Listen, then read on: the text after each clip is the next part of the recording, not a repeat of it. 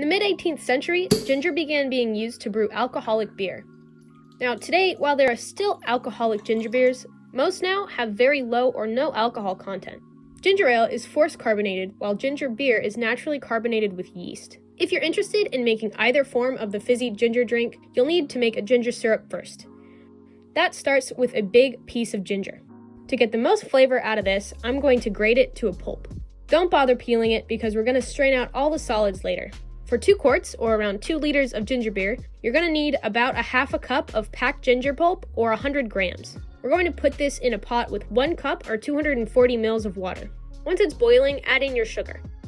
You can vary the amount of sugar based on your own tastes, and I used a mix of white and demerara sugar.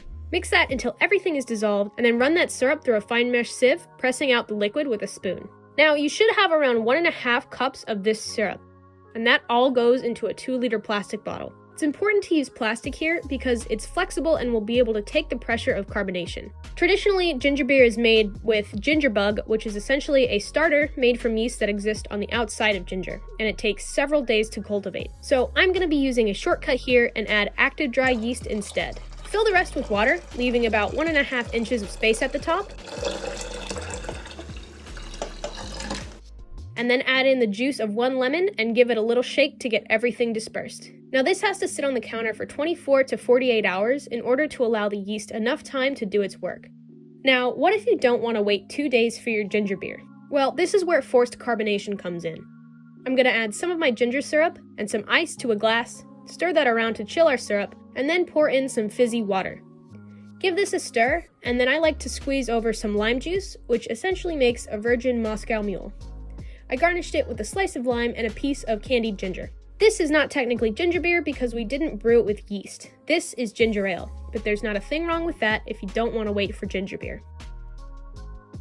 So it's been 2 days and we're ready to drink this. You can see that it's pushing the sides of the bottle out, and there's no give at all when I push onto the plastic. And here's the best part. It may be much easier to just pour some fizzy water over syrup, but there's something really cool about natural carbonation. Taste it after 24 hours to see if it's bubbly to your liking. If not, let it sit on the counter for another day.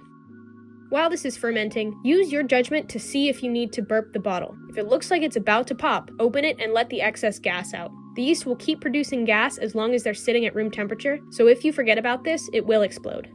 Now that this is as fizzy as I want it, I'm going to put it into some nicer bottles and store them in the fridge.